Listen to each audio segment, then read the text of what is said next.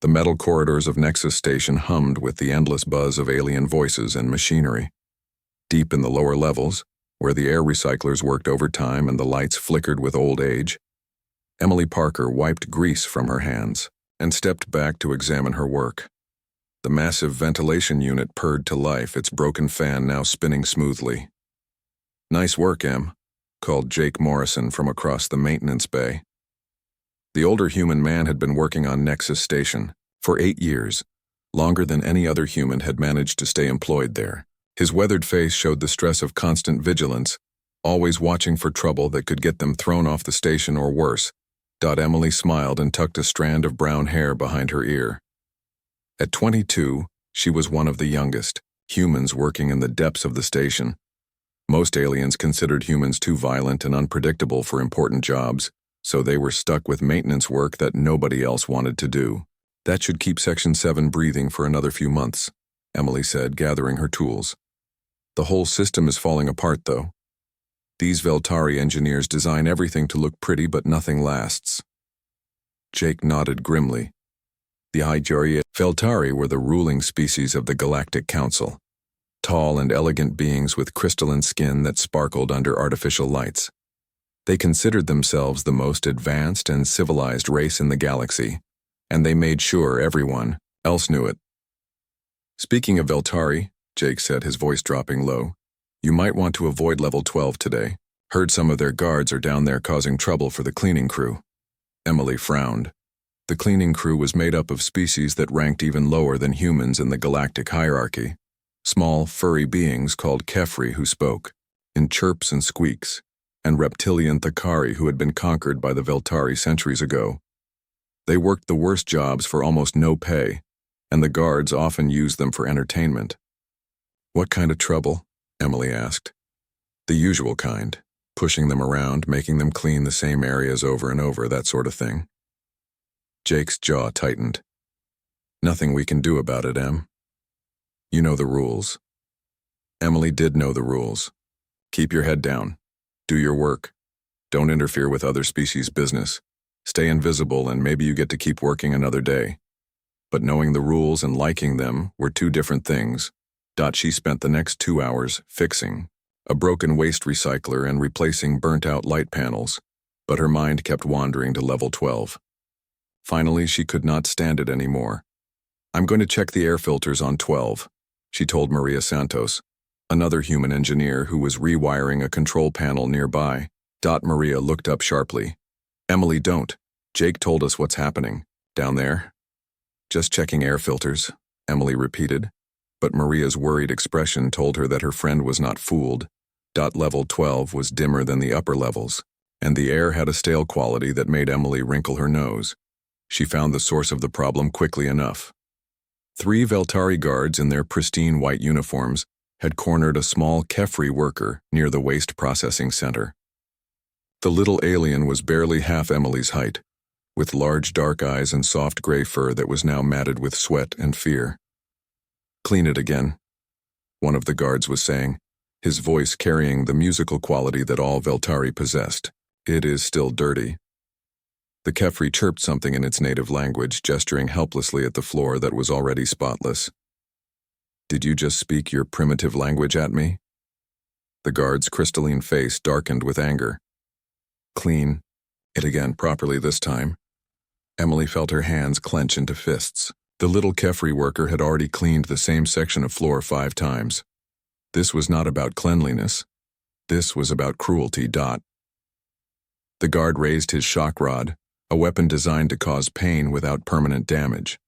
The Kefri cowered, large eyes filling with tears. Emily stepped out of the shadows. "Excuse me?" All 3 guards turned to look at her. Humans were tall compared to Kefri, but the Veltari were taller still, and their crystalline features made them look cold and perfect like living statues. "This area is restricted to maintenance personnel," Emily said, trying to keep her voice steady. "I need to access the air filtration system." The lead guard, a tall female with silver markings on her uniform, looked Emily up and down with obvious disgust. "A Deathworlder, how fitting. Return to whatever hole you crawled out of, human. This does not concern you." "Actually, it does," Emily said, taking another step forward. That air filter needs servicing, and I can't do my job with all this activity in the area." The guard's expression shifted from disgust to amusement. Your job? Your job is whatever we say it is, Deathworlder. Now leave before I decide to file a complaint about your attitude."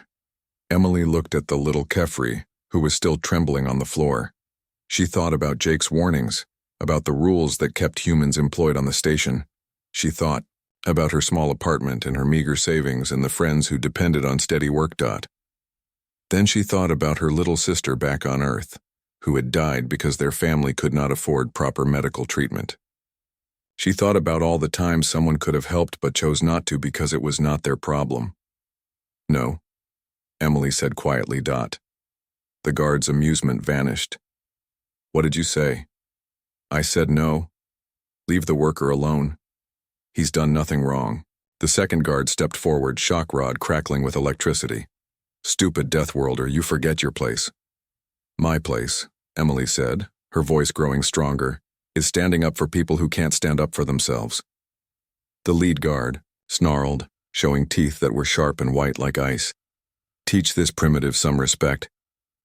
The guard with the shock rod lunged forward, aiming the weapon at Emily's chest, but Emily had grown up on Earth, where everything from the weather to the wildlife tried to kill you on a daily basis. Her reflexes were faster than the elegant Veltari expected. She grabbed the guard's wrist and twisted, using his momentum against him. The shock rod clattered across the metal floor as the guard stumbled backward with a cry of pain and surprise. The other two guards rushed forward, but Emily was already moving.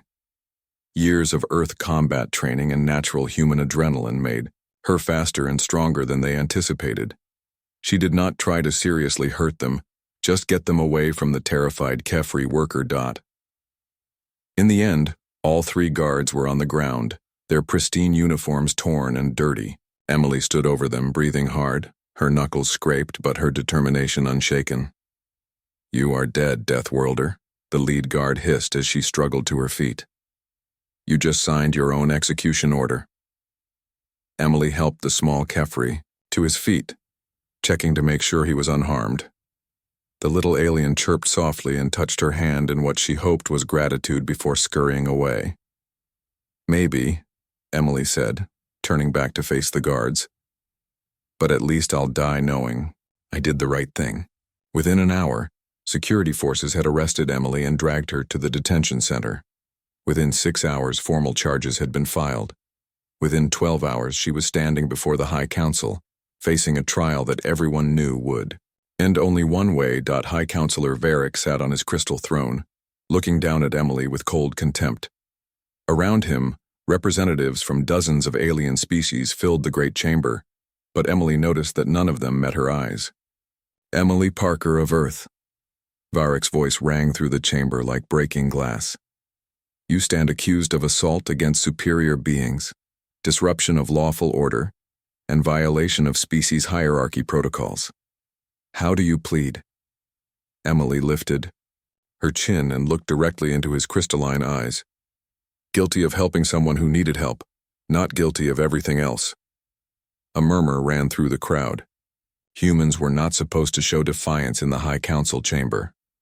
"Your guilt is beyond question," Varric continued. "The only matter for consideration is your punishment. For your crimes against civilized society, you are hereby sentenced to exile on Kithera Prime, effective immediately." Emily heard Jake's voice cry out from the gallery, but she did not turn around. She kept her eyes fixed on Varric's cold face. "Kithera Prime," she said. "The Death World. Indeed. You claim to come from a Death World human. Let us see how well your primitive instincts serve you on a real one." As the guards moved to escort her away, Emily took one last look around the chamber. She saw fear in some faces, satisfaction in others, but mostly she saw beings who had learned to look away when someone needed help. "I'll survive," she said, loud enough for everyone to hear. "And when I do, things are going to change." Varric's laugh followed her out of the chamber, cold and mocking. But Emily Parker was no longer the frightened maintenance worker who had started her shift that morning. She was something new, something harder. She was someone who had chosen to fight, back, and that made all the difference. The transport ship shuddered as it entered Kythera Prime's atmosphere. Emily pressed her face against the small window, watching as purple lightning split the orange sky. Below her stretched an endless wasteland of jagged rocks and twisted metal, trees that looked more like sculptures of pain than living things. "Beautiful, isn't it?" the Veltari pilot called back mockingly. "Your new home, Deathworlder." Emily said nothing. She had spent the 3-day journey listening to the crew joke about how long she would last. Most bet on less than a week. The optimists gave her 2 weeks if she was lucky. The ship touched down on a flat stretch of black stone that radiated heat, even through the hull. Emily could see waves of superheated air rising from the ground like ghostly dancers. The pilot activated the cargo bay doors with obvious pleasure. "Time to go, human. Try not to die too quickly. The betting pool needs at least a few days to be interesting." Emily stood up and walked to the cargo area where her supplies waited. One basic shelter kit that would provide minimal protection from the elements. 3 days' worth of food tablets and water pouches. A simple survival knife with a 4-inch blade. A breathing mask to filter the worst toxins from the air. Good for maybe a month if she was careful. That was it. That was all the great galactic civilization was willing to provide for the condemned. Emily strapped on her supply pack and walked to the open door. Heat hit her like a physical blow, making her skin tingle and her eyes water. The air tasted of metal and burning stone. "Any last words, Deathworlder?" the pilot asked. Emily looked back at him one final time. "Yeah. See you around." She jumped down onto the burning stone and started walking away from the ship. Behind her, she heard the engines spin up and felt the blast of superheated air as the transport lifted off. Within minutes, it was just a distant speck against the orange sky. Emily was alone on Kythera Prime. She walked for 2 hours before the first storm hit. The temperature dropped 40 degrees in 10 minutes and sheets of acid rain began falling from the sky. Emily quickly unpacked her shelter kit, a basic frame with a reflective tarp that was supposed to protect against heat, cold, and chemical. Precipitation. The shelter barely held together against the howling wind. Emily huddled inside, listening to the rain sizzle against the protective covering. Her breathing mask filtered out the worst of the toxic air, but she could still taste the sharp bite of chemicals with every breath. When the storm passed 6 hours later, Emily emerged to find a completely different world. The ground was now covered with a thin layer of frost that sparkled like broken glass. Ice crystals hung from the twisted metal trees, and her breath formed clouds in the suddenly frigid air. "Hot to cold in 1 day," Emily muttered, repacking her shelter. "This place really doesn't want anything to live here." She spent the next 3 days learning the planet's rhythm, scorching heat during the day, freezing cold at night, with violent storms that could bring acid rain, lightning, or clouds of poisonous gas. The metal trees were actually alive, some kind of silicon-based plant that could survive by drawing minerals from the toxic soil. Her food ran out on the 4th day. Emily had been rationing carefully, but 3 days of supplies simply were not enough for long-term survival. She needed to find food and fast. That was when she discovered that Kythera Prime was not as lifeless as it appeared. Emily was seeking shelter from another acid storm when she saw movement between the metal trees. Something large and fast, with too many legs and eyes that glowed red in the dim light. Her first instinct was to run, but running on an empty stomach in a toxic environment seemed like a quick way to die. Instead, Emily drew her survival knife and waited. The creature that emerged from behind the trees looked like a cross between a spider and a lizard, about the size of a large dog. It had 8 legs, a mouth full of sharp teeth, and skin that seemed to shift color like oil on water. Most terrifying of all, it moved with obvious intelligence, circling Emily like a predator sizing up its prey. Emily had grown up hunting in the forests of Earth. She knew predator behavior, and she knew that showing fear would trigger an attack. "Come on then," she said quietly, shifting her weight to the balls of her feet. "Let's see what you've got." The creature lunged forward with lightning speed, but Emily was ready. She rolled to the side and slashed with her knife, opening a long cut along the creature's flank. It shrieked and spun around, faster than seemed possible. Dot. The fight lasted 5 minutes that felt like hours. The creature was fast and strong, but Emily had something it did not expect. She had spent her whole life on a planet where everything from the weather to the wildlife tried to kill her.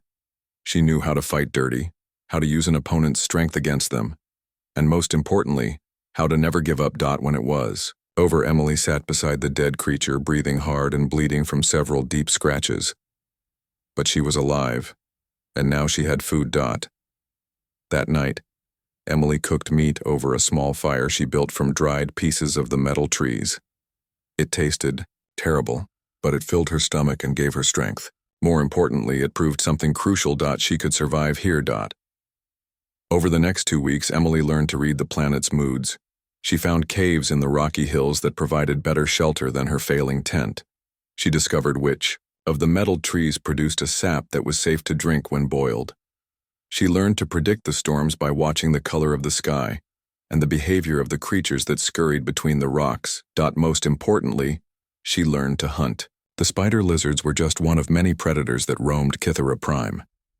There were flying things with razor-sharp wings, burrowing creatures that exploded from the ground without warning, and pack hunters that communicated through high-pitched screams. But Emily was from Earth, the death world that had trained humanity to survive anything. Every challenge Kythera Prime threw at her, she found a way to overcome. She was exploring a deep canyon on her 20th day, when she made a discovery that changed everything. Carved into the canyon wall was a symbol. Not natural erosion, not random scratches from some animal. A deliberate mark made by intelligent hands. Below it, barely visible in the shadow of an overhang, was the mouth of a cave. Emily approached carefully, knife in hand. The cave entrance was too regular to be natural, too well hidden to be accidental. Someone had made this place, and recently enough that the markings were still clear. She called out in several languages, human and alien both. Hello? Is anyone there? For a long moment, there was only silence. Then, from deep in the cave, came an answer in accented but understandable English. Who are you? Are you alone? Emily felt her heart leap. Another survivor. After 3 weeks of solitude broken only by the screams of predators and the howl of toxic storms, the sound of another intelligent voice was almost overwhelming. My name is Emily Parker, she called back. I was exiled here 3 weeks ago. I'm alone. Emily Parker. The voice seemed to consider this. Human? Yes, are you hurt? Do you need help? A figure emerged from the shadows of the cave and Emily gasped. It was a human man, tall and thin, with graying hair and clothes that had been patched so many times they were more patches than original. Fabric. His eyes were sharp and intelligent but carried the weight of too many years in a place that wanted him dead. Help? The man laughed, but there was no humor in it. Child, if you've survived 3 weeks on this hell world, you're the one offering help, not needing it. My name is Alex Wilson. I've been on Kythera Prime for 6 years. Emily stared at him. 6 years? But the Veltari said no one survives more than a few days. The Veltari say a lot of things. Most of them are lies. Alex gestured toward the cave behind him. Come inside. There are others you should meet. Emily followed him into the cave, which opened into a larger chamber lit by bioluminescent fungi growing on the walls. Around a small fire sat 2 more figures. Another human woman with short gray hair and military bearing, and a tall alien with blue-green skin and 4 arms. Everyone, Alex said, meet Emily Parker. She's survived 3 weeks on her own. The woman stood up and extended her hand. Lisa Rodriguez, former Earth Defense Corps. Been here 4 years. The alien made a complex gesture with all 4 arms. Dr. Kellen of the Thakari Medical Guild, 7 years exile. Emily shook their hands, still hardly believing what she was seeing. There are others. Other survivors. More than you might think, Lisa said grimly. The Veltari have been sending their problems here for decades. Most die quickly, but some of us are too stubborn to quit. Alex poured Emily a cup of something that smelled like tea but glowed faintly green. The question is, Emily Parker, what are you going to do now? Are you going to hide in caves and count the days until you die? Or are you going to help us build something better? Emily looked around at the three faces watching her. These were survivors, people who had refused to give up even when an entire galaxy had written them off as dead. They had found each other in the most impossible place and somehow built a life. She thought of the HFY worker she had tried to help, of Jake and Maria and all the others still trapped in the lower levels of Nexus Station. She thought of High Counselor Varick's cold laughter and the betting pool on how long she would last. Build something better, Emily said firmly. That sounds exactly like what I want to do. Alex smiled for the first time since she had met him. Good, because we have a lot of work to do and Kythera Prime isn't going to conquer itself. Outside the cave, another storm was building, turning the sky the color of blood. But inside, around the small fire, Emily felt something she had not experienced since leaving Nexus Station. She felt hope. 6 months after arriving on Kythera Prime, Emily stood at the edge of a vast underground cavern and watched dozens of beings work together on something that should have been impossible. What had started as a small refuge for 4 survivors was now becoming a real settlement. The cavern stretched for nearly a mile in every direction, with a ceiling high enough that the bioluminescent fungi growing on the walls looked like distant stars. Natural springs provided clean water, and the temperature remained stable year-round, protected from the violent weather above. Hard to believe, isn't it? Alex Wilson joined Emily at the observation platform they had built into the cavern wall. When I first found this place, I thought I was hallucinating from breathing too much toxic air. Emily nodded, watching as a team of Thakari engineers worked alongside human mechanics to install a new water filtration system. In another section, HFY workers were cultivating mushroom farms using techniques that combined their natural skills with human agricultural knowledge. How many now? Emily asked. 237, Lisa Rodriguez answered, climbing up to join them. The former military officer had taken charge of organizing the settlement's defense and logistics. We got 15 new arrivals just this week. Emily frowned. 15 in 1 week? That's the highest number yet. The Veltari are getting more creative with their exile lists, Alex said grimly. Anyone who questions their authority, asks for better working conditions, or shows too much independence gets sent here. Their loss, our gain, Lisa said with a hard smile. Every person they send us makes us stronger. It was true. Each new exile brought different skills and knowledge. The Thakari had advanced medical techniques. The HFY understood complex ecological systems. Even species Emily had never heard of contributed something valuable to their growing community.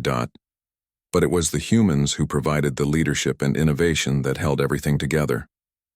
Emily had discovered she had a talent for seeing how different pieces could fit together to create something greater than the sum of its parts. Show me the new water system, Emily said. Climbing down from the platform. The engineering section was a maze of pipes, pumps, and filtration tanks that had been built from salvaged materials and the unique minerals found deep in Kythera Prime's crust. Dr. Kellen was working with Tom Bradley, a human engineer who had arrived 2 months earlier, to perfect a new type of water purifier. Emily, perfect timing, Tom called out. You need to see this.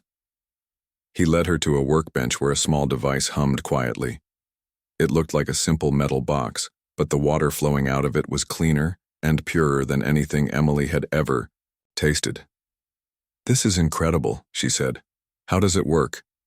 That's the beauty of it, Dr. Kellen explained, his forearms moving expressively.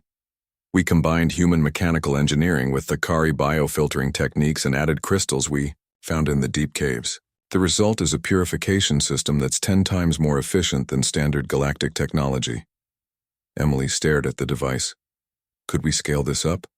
Make larger versions? Already working on it, Tom grinned.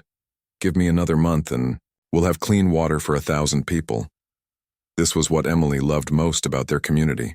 Everyone worked together, sharing knowledge and building on each other's ideas.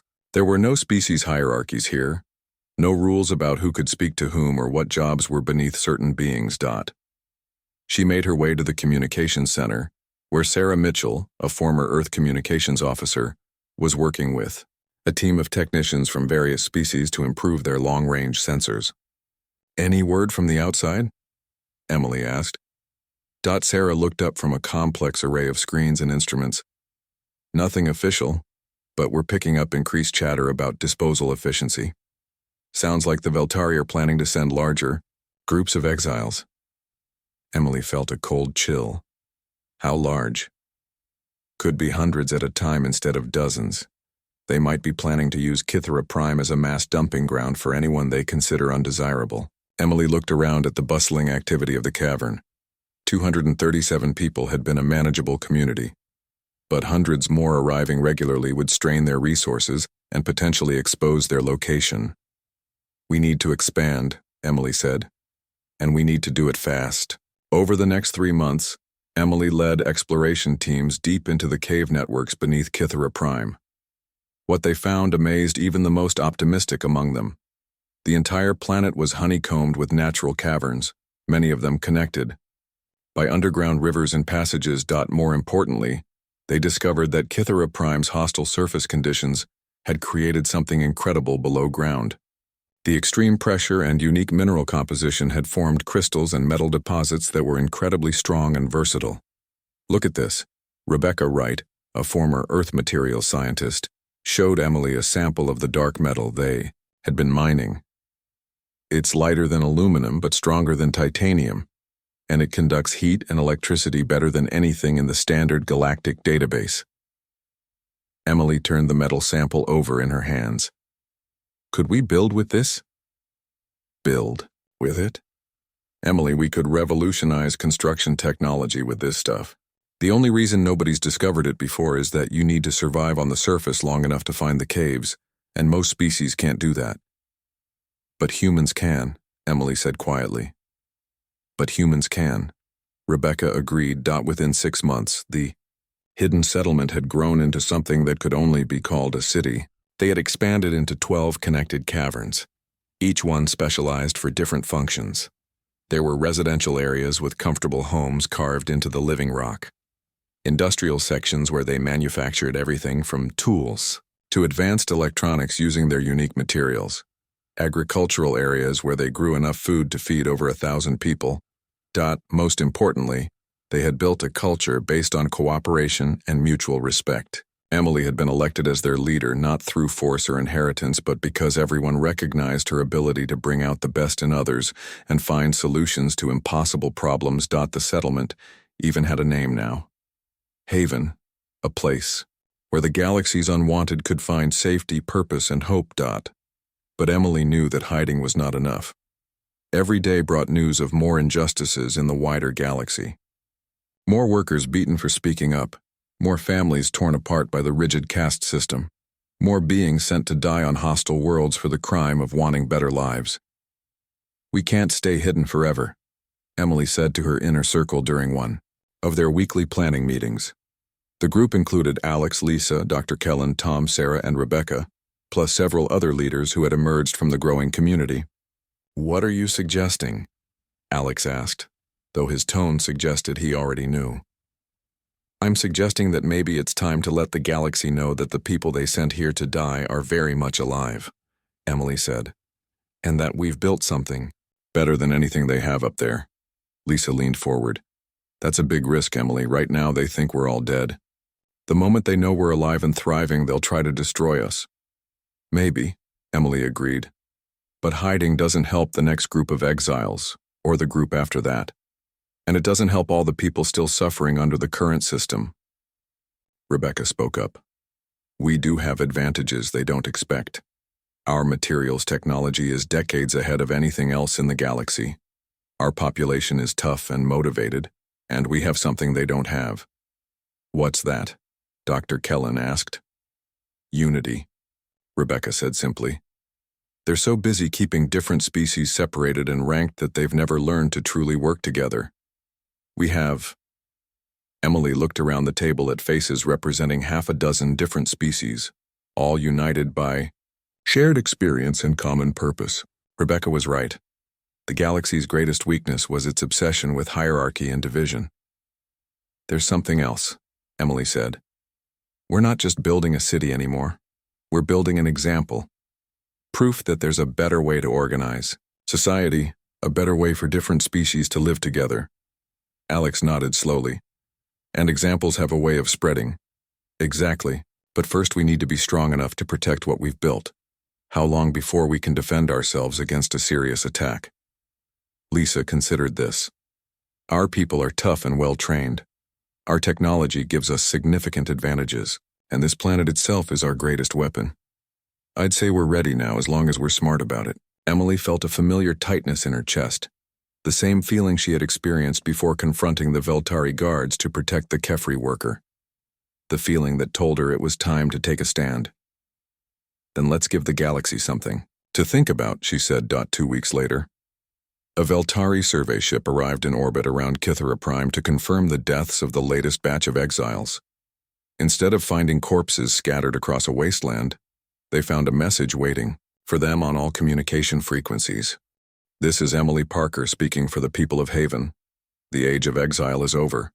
Any being seeking refuge from oppression will find sanctuary here, and we have the strength to protect what we have built.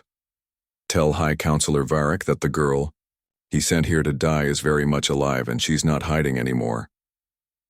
As the survey ship jumped to hyperspace to carry the message back to Nexus Station, Emily stood on the surface of Kythera Prime for the first time in months. Around her, the hostile landscape stretched to the horizon, beautiful and terrible under the orange sky. But beneath her feet, she could feel the vibrations of a thriving city. A city full of people who had been written off as worthless, but had, instead, built something that would change the galaxy forever. The real test was about to begin. 2 years had passed since Emily first set foot on Kythera Prime, and Haven had become something that defied every assumption the galaxy held about civilization and progress. The underground city now housed over 8,000 residents representing 43 different species, all working together in ways that the rigid hierarchies above had declared impossible. Emily walked through the Grand Cavern, the heart of Haven, where representatives from each district gathered for their weekly assembly. The sight never failed to amaze her. Kefri engineers debated power distribution with human technicians, while Thakari doctors shared medical advances with scientists from a dozen different worlds. "The mining operations in Sector 7 have exceeded all projections," reported David Chen, a former Earth geological engineer who now oversaw mineral extraction. "The new alloys we're producing are not just stronger than standard galactic materials, they're lighter and more flexible too." "What about defensive preparations?" Emily asked. Lisa Rodriguez stood up from her seat near the front of the assembly. Her military bearing was more pronounced these days, shaped by the responsibility of protecting thousands of lives. "All surface installations are complete and hidden. Our sensor networks can detect ships entering the system from 3 days out. Most importantly, every resident has been trained in emergency procedures." "And our secret weapon?" Emily asked with a slight smile. Rebecca Wright grinned back. "Kythera Prime itself remains our greatest ally. We now have complete weather prediction models and can trigger storm systems when needed. Any attacking force will face not just us, but the planet that made us strong." The assembly continued with reports from agriculture, manufacturing, education, and communications. Haven had become entirely self-sufficient and was actually producing surplus resources. More importantly, they had developed new technologies that combined the best knowledge from all their member species. After the meeting, Emily made her way to the communications center, where Sarah Mitchell was monitoring galactic news feeds and official Veltari communications. "Anything interesting happening up there?" Emily asked. Sarah pointed to several screens displaying news reports from across the galaxy. Workers striking on 3 different worlds, protest movements gaining strength in the outer colonies, and here's the most interesting part. Several Veltari junior officers have been arrested for seditious thoughts. Seditious thoughts? Apparently, they were caught discussing whether the current system might not be the best way to organize society, Sarah said with dark humor.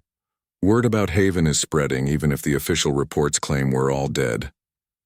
Emily studied the reports. Change was coming to the galaxy whether the ruling powers wanted it or not. The question was whether that change would come peacefully or through violence. "Ma'am," called out Jenny Barnes, one of the younger human communication specialists. "We're getting a priority signal from our deep space sensors. Ship incoming. ETA 12 hours. Emily felt her pulse quicken. "What kind of ship?" Jenny's fingers flew across her console. "It's big, really big. And it's not alone. I'm reading at least 50 vessels, maybe more." Lisa appeared at Emily's shoulder as if summoned by the tension in the room.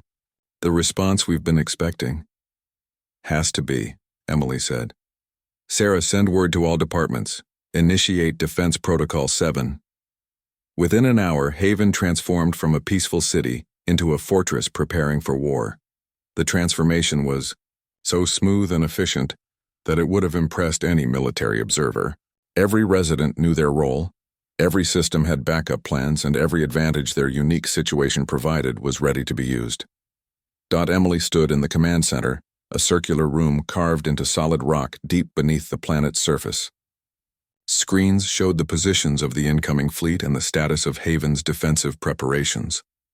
Around her, representatives from every species worked together with the kind of coordination that took normal militaries years to develop. "Fleet composition confirmed," reported Mike Thompson, their head of tactical analysis. 47 Veltari warships, 8 support vessels, and 1 command dreadnought. Estimated personnel, 15,000 soldiers. 15,000, Alex. Wilson whistled softly. He had become Emily's chief advisor, the voice of caution that helped balance her natural tendency toward bold action. "They're not taking any chances." "Good," Emily said, surprising everyone. "That means they're scared. Scared people make mistakes." Lisa pulled up a 3-dimensional display of the planet and surrounding space. "Their most likely approach will be to establish orbital supremacy first, then land forces at multiple sites to search for survivors. Standard Veltari doctrine." "Which assumes we'll fight like a standard military," Emily said. "What do you think our chances are if we meet them? In conventional battle? Honestly, we'd lose," Lisa said bluntly. "We have maybe 2,000 people with combat training. They have 15,000 professional soldiers and complete air superiority." "So we don't fight conventionally," Emily said. "We fight like humans, from a death world." She turned to address the entire command center. "Everyone listen carefully. We're about to face an enemy that outnumbers us 7-1, has better weapons, and controls the space around our planet. By every standard military calculation, we should surrender now and hope for mercy." Murmurs of concern ran through the room, but Emily continued. "But they've made one critical mistake. They think this is their kind of fight. They think they can use overwhelming force to crush resistance and restore order. They don't understand that we're not fighting for territory, or resources, or political power." Her voice grew stronger, carrying to every corner of the room. "We're fighting for the right to exist, for the right to build something better, for the right to prove that cooperation is stronger than domination. And most importantly, we're fighting on a planet that has already made us stronger than they can imagine." Rebecca stepped forward. "What are your orders?" Emily looked around at the faces watching her. Humans and aliens, young and old, all united by the shared experience of being cast out and finding something better together. "We let them land. We let them think they're winning. And then we show them what happens when you underestimate people who have learned to survive the impossible." The Veltari fleet arrived exactly on schedule, their crystalline ships gleaming like jewels against the air. Stars. High Counselor Varric himself commanded from the dreadnought Eternal Glory, determined to personally crush the rebellion that had dared to challenge galactic order. "Scans confirm no advanced technology on the surface," reported his tactical officer. "Atmospheric conditions remain hostile to most species. No signs of organized resistance." Varric studied the displays showing Kythera Prime's poisonous surface. "Begin landing operations. I want every cave, every crevice, every possible hiding place searched. These primitive criminals will learn the price of defying civilized society. The first wave of troop transports descended through the orange atmosphere, their shields glowing as they pushed through layers of toxic gas and acid clouds. The landing sites had been carefully chosen, flat areas near major geological features where survivors might have found shelter. What the Veltari forces found was exactly what they expected: harsh, lifeless terrain where nothing could survive for long. Their sensors detected no energy signatures, no communications, no signs of technology or organization. Sector 7 clear, reported the commander of the first landing force. No contacts, no structures, no indication of habitation. Similar reports came in from all 12 landing sites. The planet appeared to be exactly what it had always been, a wasteland where exiles came to die. But Emily and her people were watching. Deep beneath the surface, their sensors tracked every movement of the invasion force. Hidden cameras recorded the positions of ships and troops, and most importantly, they waited for the right moment.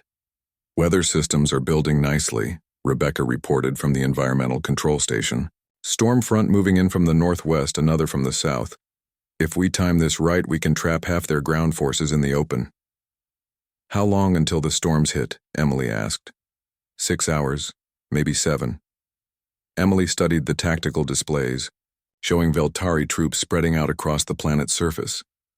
They were being methodical and professional, exactly as their training dictated, which meant they were also predictable.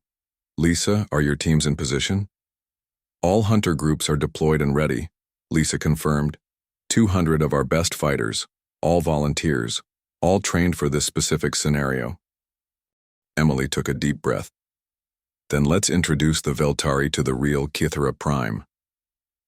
The first storm hit like a living thing, transforming the sky into a cauldron of lightning and poisonous rain. Veltari soldiers in their environmental suits found themselves struggling against winds that could knock a person off their feet and visibility that dropped to mere yards. That's when the hunters struck. Emily's teams moved through the chaos like ghosts, using their intimate knowledge of the planet's moods to appear and disappear at will. They didn't try to fight pitched battles or hold territory. Instead, they used Kithra Prime itself as a weapon.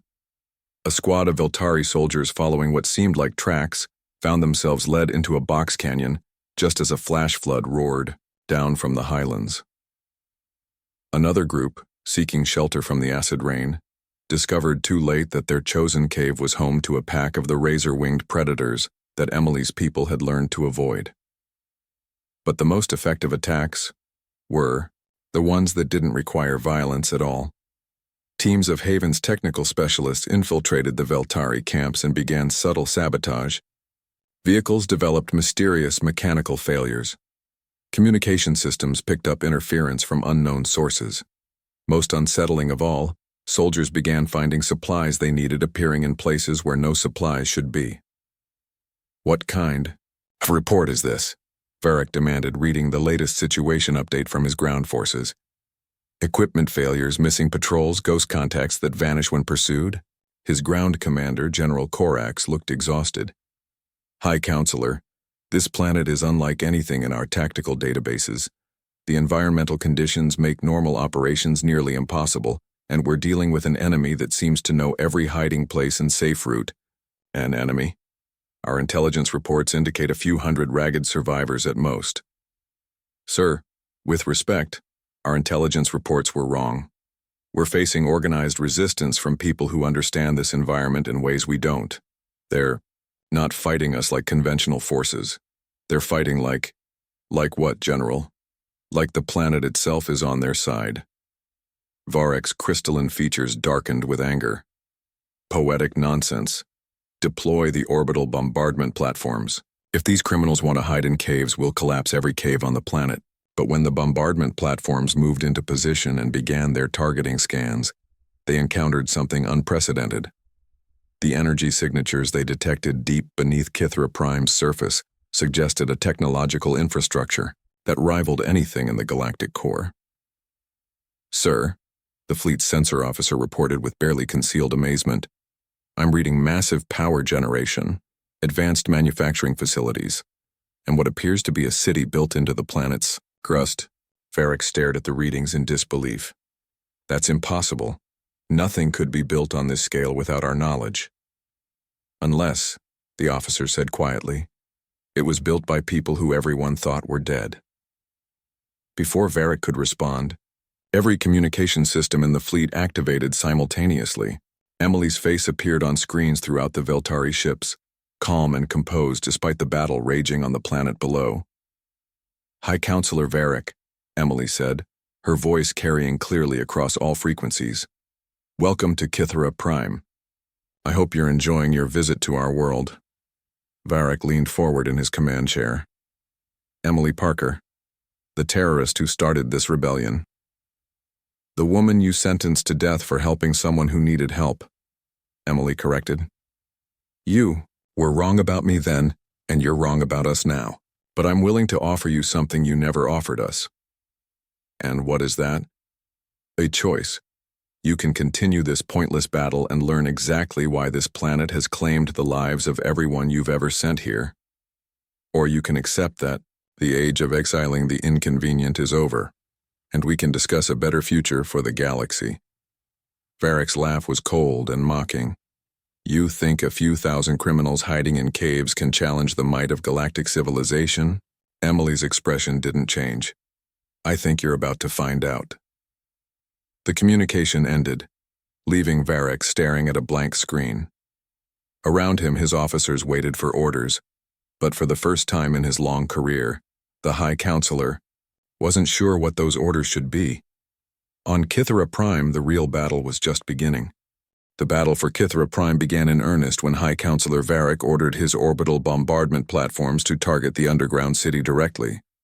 What he discovered was that Haven's defenses were unlike anything in galactic military history. The first bombardment beam struck the planet's surface with enough energy to level a mountain, but instead of destroying the target, the beam was absorbed by a network of crystalline formations that Emily's people had grown throughout the cave systems. The energy was redirected, amplified, and sent back into space as a focused pulse that disabled 3 Veltari ships. Impossible, Varric breathed, watching his own weapons turned against him. How are they doing this? Sir, his science officer reported with obvious fear, the planet itself appears to have been weaponized. Those formations we're seeing there, not natural. Someone has essentially turned Kythera Prime into a massive energy absorption and redistribution system. Below ground in Haven's command center, Emily watched the tactical displays with grim satisfaction. Rebecca, status on the planetary defense grid? All nodes online and stable, Rebecca Wright replied from her engineering station. We can absorb and redirect their bombardment indefinitely. The crystal formations are actually getting stronger with each energy pulse they absorb. Lisa stepped up beside Emily. Our surface teams report Veltari ground forces are regrouping.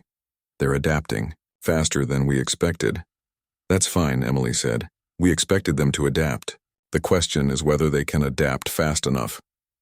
She turned to address the command center. Initiate Phase 2. It's time to show them what we've really built here. Across Kythera Prime, hidden installations began to emerge from the hostile landscape.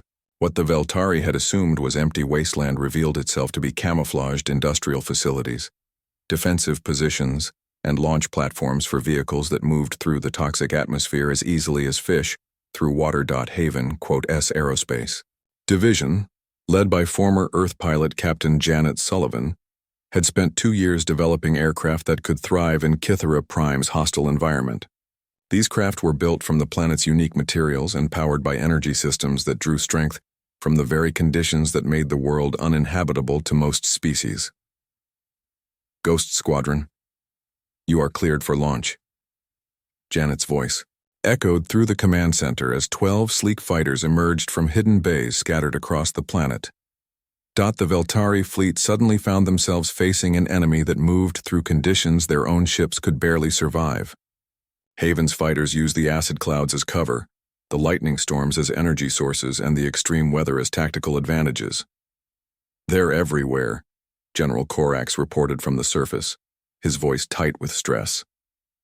Our sensors can barely track them through these atmospheric conditions, and every time we move our forces, they seem to know exactly where we're going.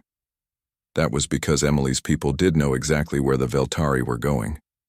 Years of surviving on Kythera, Prime had taught them to read the planet's moods and predict how the environment would affect movement patterns. What seemed like chaos to outsiders was a comprehensible system to those who had learned to live within it. But Emily's greatest advantage wasn't technological or tactical, it was philosophical. Captain Torres, Emily called to one of her field commanders, status on the prisoner treatment centers.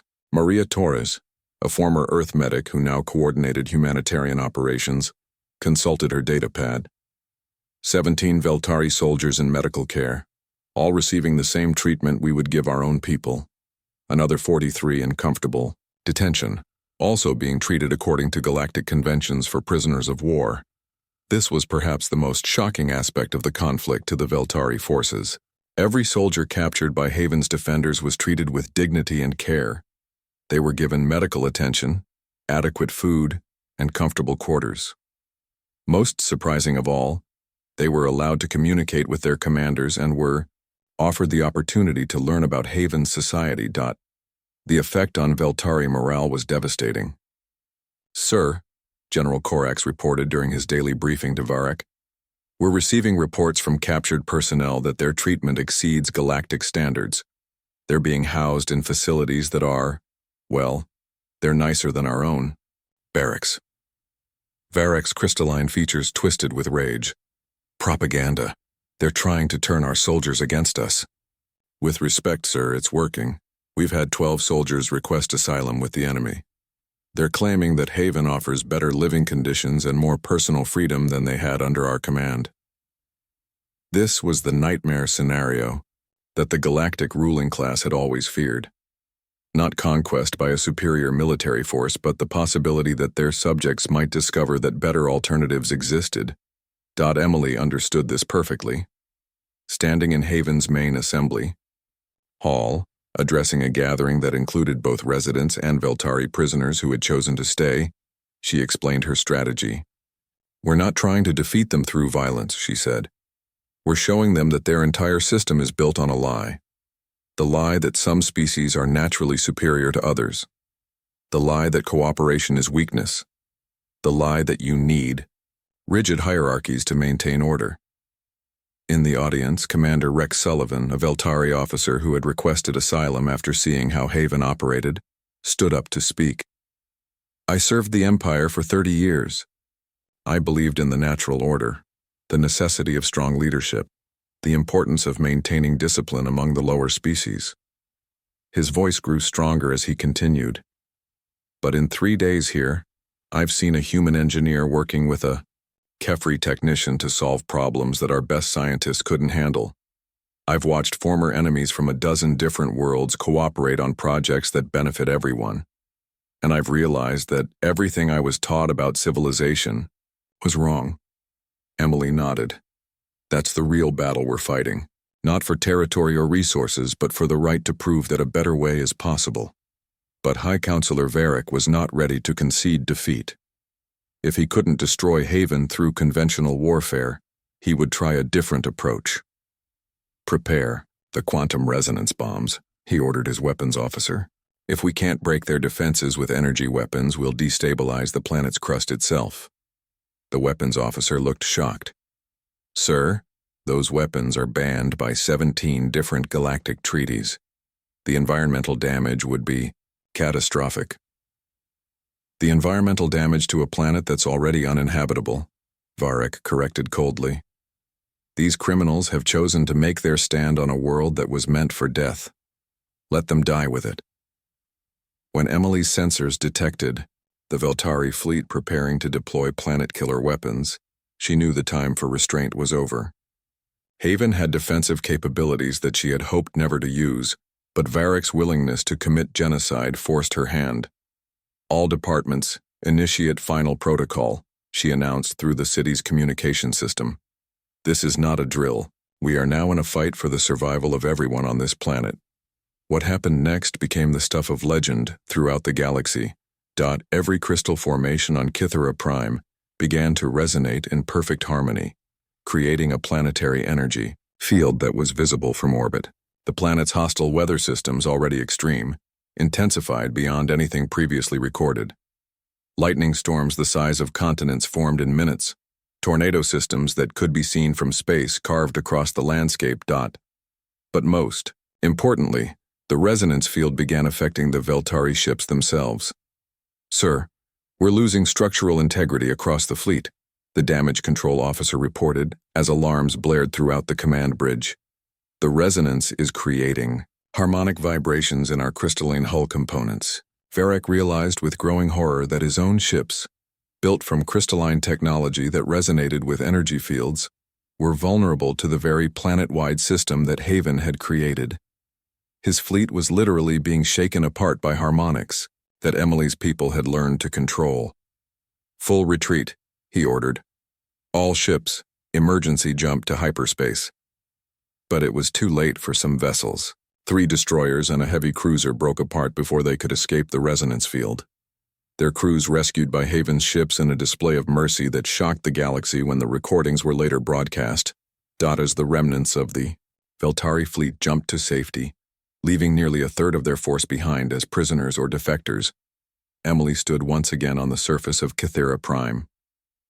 The planet that had been meant as her execution ground had become the foundation of something unprecedented. "Ma'am," Sarah Mitchell's voice crackled through Emily's communicator. "We're receiving communications from 17 different star systems. They're requesting information about asylum procedures."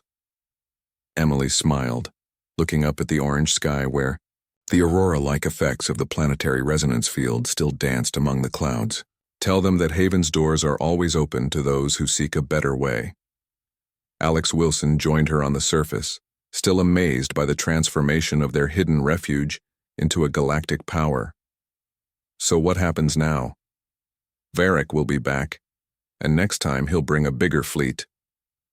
"Maybe," Emily said, "but next time he'll be facing not just us but everyone who has learned that change is possible." The real battle was never about defeating the Veltari. It was about proving that their way isn't the only way. She gestured toward the horizon, where construction crews were already at work building new surface installations. Haven was no longer hiding. They were building something that could be seen and admired and copied by anyone who chose to look. Besides, Emily added with a grin that would have been familiar to the maintenance worker who had once stood up to Veltari guards, "I have a feeling that High Counselor Varric is about to discover that his problems are just beginning." In the depths of space fleeing toward the galactic core, Varric stared at the reports of defections, asylum requests, and system-wide uprisings that were already beginning as news of Haven's victory spread. The Deathworlder girl he had sent to die had not just survived. She had emerged as something far more dangerous than he had ever imagined. She had emerged as hope. 1 year after the Battle of Kythera Prime, Emily Parker stood before the Grand Assembly of the Galactic Council, but this time she was not a prisoner facing exile. She was the elected president of the Haven Federation, representing over 200 star systems that had chosen cooperation over domination. The Great Hall that had once been the exclusive domain of the Veltari Empire and its allies now buzzed with voices from species that had never been allowed to speak before. Former exiles, freed workers, and representatives from worlds that had declared independence sat alongside traditional council members who had chosen to embrace change rather than fight it. High Counselor Varric sat in a simple chair near the back of the hall, no longer wearing the crystal crown that had marked his authority. He was not in chains or prison garments, but rather in the plain gray robes of someone awaiting judgment by his peers. Emily had insisted that he be treated with the same dignity that Haven extended to all prisoners, despite his attempts to commit genocide. "The transformation of our galaxy did not happen overnight," Emily addressed the assembly, her voice carrying clearly through speakers that transmitted her words to billions of beings across hundreds of worlds. "It began with a simple idea, that every intelligent being deserves respect, opportunity, and the chance to contribute to something greater than themselves." She gestured to the diverse crowd before her. "Look around this hall.